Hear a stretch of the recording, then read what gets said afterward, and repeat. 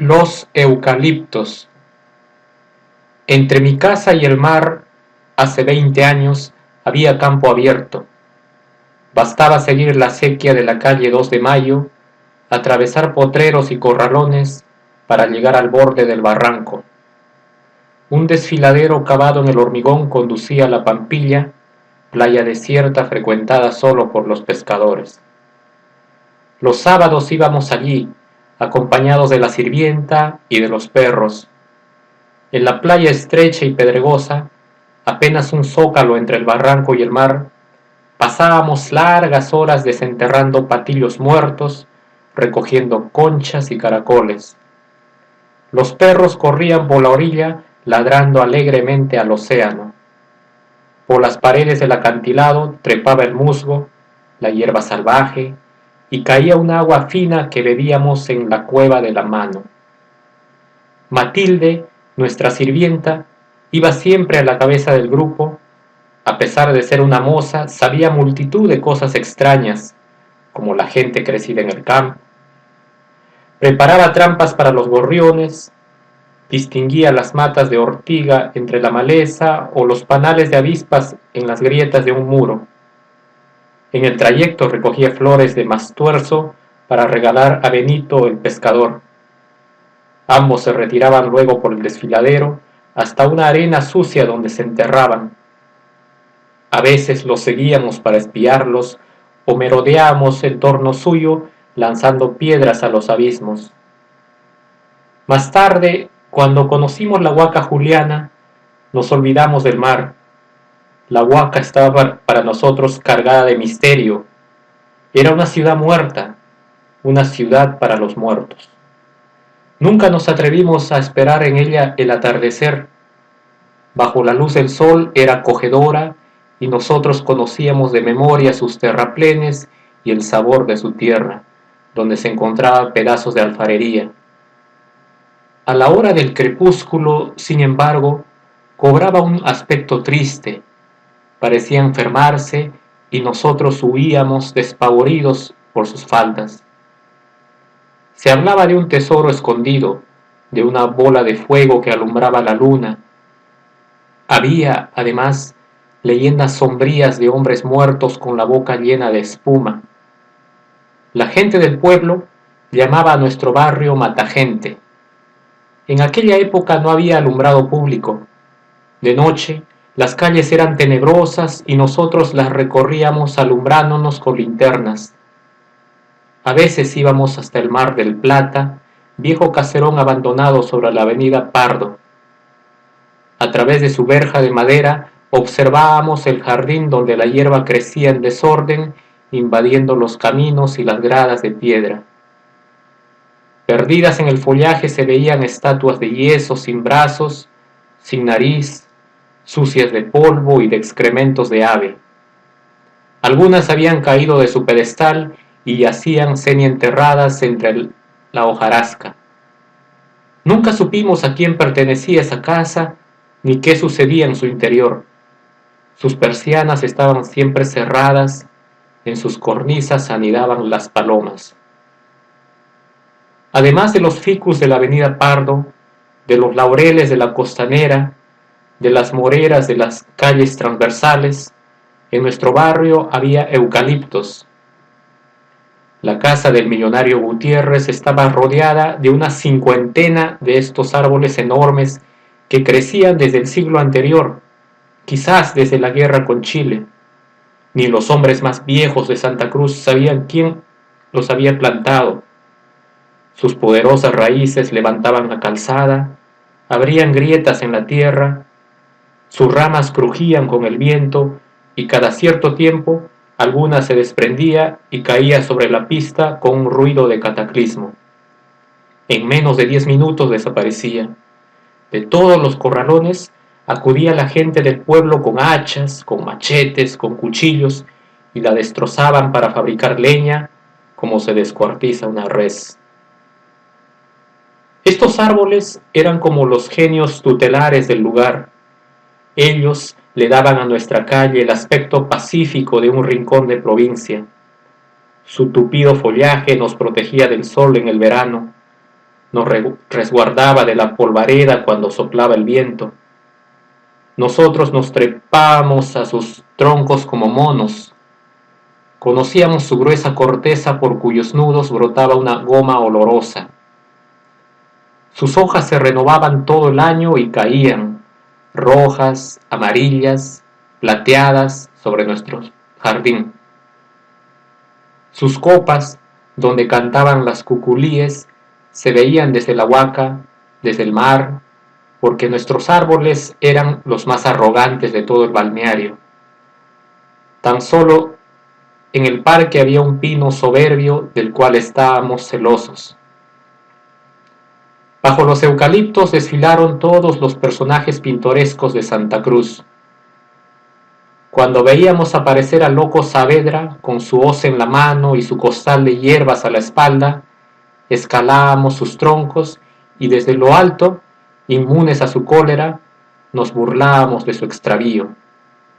Él pasaba hablando solo, cantando, y al divisarnos nos amenazaba con su hoz y se atrevía a lanzarnos terrones que se destrozaban en el aire. Luego tocaba los timbres de las casas, pidiendo comida. Algunos le soltaban los perros, otros le daban monedas de cobre que él convertía en alcohol. El loco Saavedra prestaba un servicio a la comunidad.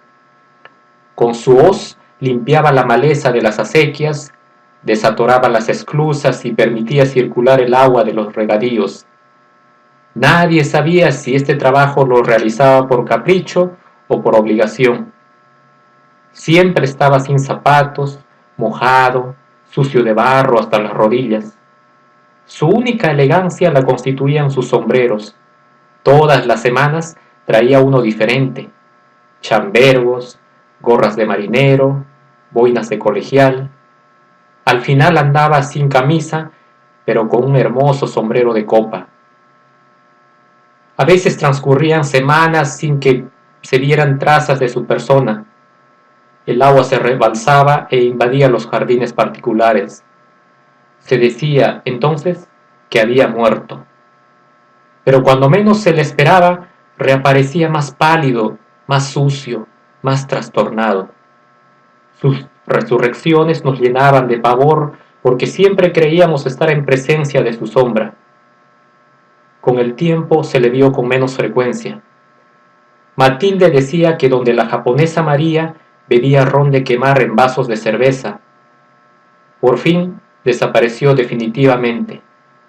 Una tarde vimos pasar un camión con un ataúd y un ramo de flores, seguidos de una tropa de perros que ladraban. Se llevaban al loco al cementerio de Surquillo. Más tarde, cuando se construyeron nuevas casas y el número de vecinos aumentó, formamos los chicos una verdadera pandilla. En razón de nuestro número, nos atrevíamos a salir fuera del área de los eucaliptos y nos aventurábamos hasta la calle Enrique Palacios, en cuyos callejones vivían muchas familias del pueblo. Existía allí otra pandilla que nosotros llamábamos la pandilla de los cholos. Ellos nos llamaban los gringos y nos tiraban piedras con sus ondas. Las riñas se sucedían.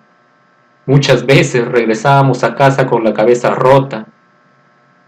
Nuestro barrio era, en realidad, como una pequeña aldea y las rivalidades de clase eran notorias. Había la gente del corralón, la gente del callejón, la gente de la quinta, la gente del chalet, la gente del palacete. Cada cual tenía su grupo, sus costumbres, su manera de vestir. Las distancias se guardaban estrictamente y ni aun en la época de los carnavales se perdía la noción de las jerarquías. Nosotros nos enfurecíamos cuando los negros mojaban a nuestras hermanas, así como los niños que usaban escarpines e iban a misa en automóvil se ponían pálidos cuando les arrojábamos un globo con anilina. En uno de los callejones de Enrique Palacios vivía don Santos, un hombre enigmático. Se decía que era el cholo más rico de todo el barrio, propietario de tiendas y corralones. Nunca nadie lo vio trabajar. Pasaba el día acodado en el mostrador de María, bebiendo pisco barato. Hacia el atardecer llegaba a los eucaliptos y orinaba en sus troncos sus borracheras. Cuando nos veía pasar nos llamaba a su lado para contarnos su vida. Hablaba de París, del barrio latino. Decía que él había vivido allí por el año 20, que había tenido su paletot y usado un peinado a lo Valentino. Hablaba también de sus amigos diputados, de su cuenta corriente, de un banquete al cual estaba invitado precisamente esa noche. Al ver nuestros rostros escépticos, quedaba callado. Se afligía y nos rogaba con voz lastimosa que le consiguiéramos un puesto, aunque sea de portero, añadía, limpiándose una lágrima. Con el tiempo, nuestro barrio se fue transformando. Bastó que pusieran luz eléctrica, que el servicio de agua potable se regularizara, para que las casas comenzaran a brotar de la tierra como hierbas de estación. Por todos sitios se veían obreros cavando fosas para los cimientos, levantando muros, armando los encofrados. Los corralones fueron demolidos, los terrenos de desmonte arrasados. La gente del pueblo huía hacia los extramuros portando tablones y adobes para armar por otro lugar sus conventillos. Las grandes acequias fueron canalizadas y ya no pudimos hacer correr sobre su corriente nuestros barcos de papel. La hacienda Santa Cruz fue cediendo sus potreros donde se trazaban calles y se sembraban postes eléctricos.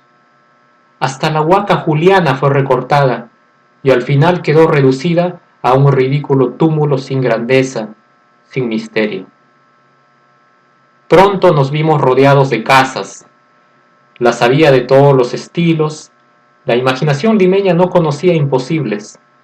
Se veían chalets de estilo buque con ojos de buey y barandas de metal, casas californianas con tejados enormes para soportar a la tímida garúa, palacetes neoclásicos con recias columnas dóricas y frisos de cemento representando escudos inventados.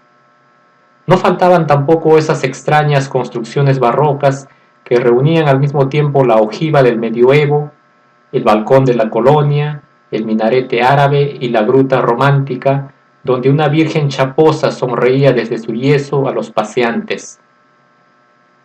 Para llegar al barranco teníamos que atravesar calles y calles, contornear plazas, cuidarnos de los ómnibus y llevar a nuestros perros amarrados del pescuezo.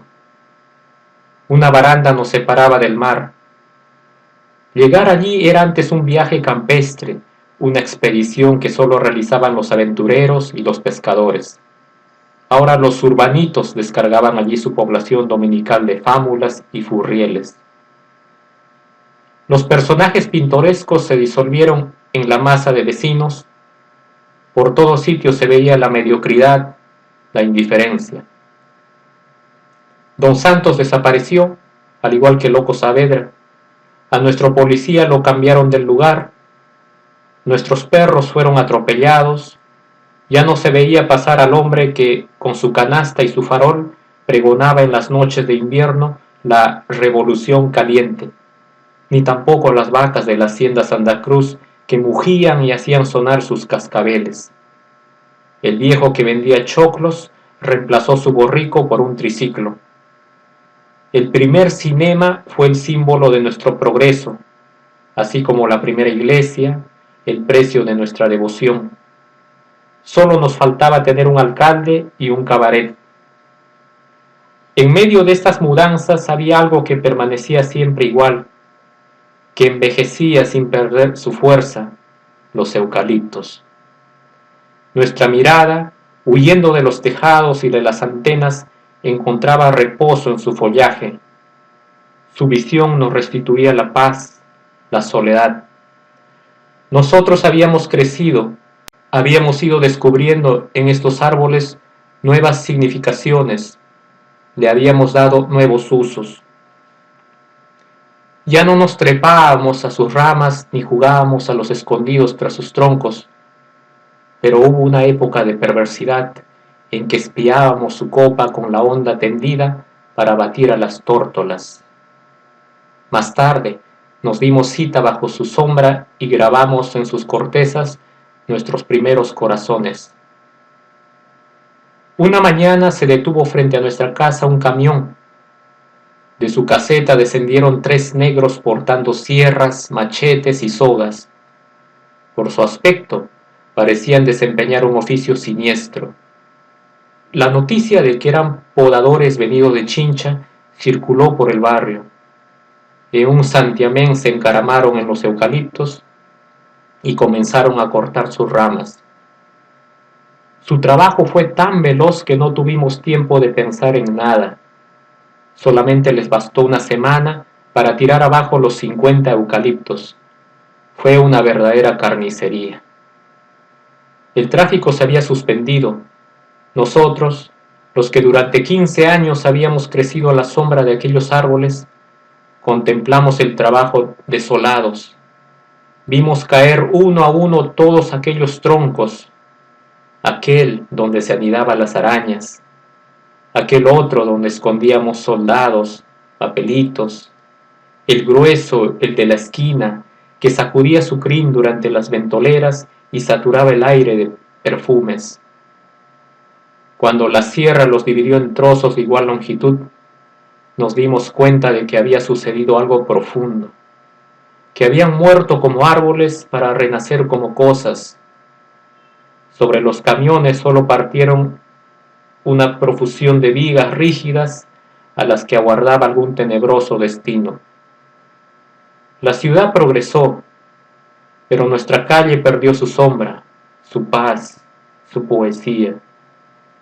Nuestros ojos tardaron mucho en acostumbrarse a ese nuevo pedazo de cielo descubierto, a esa larga pared blanca que orillaba toda la calle como una pared de cementerio. Nuevos niños vinieron y armaron sus juegos en la calle triste.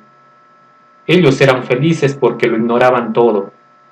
No podían comprender por qué nosotros, a veces, en la puerta de la casa, encendíamos un cigarrillo y quedábamos mirando el aire, pensativos. Múnich, 1956.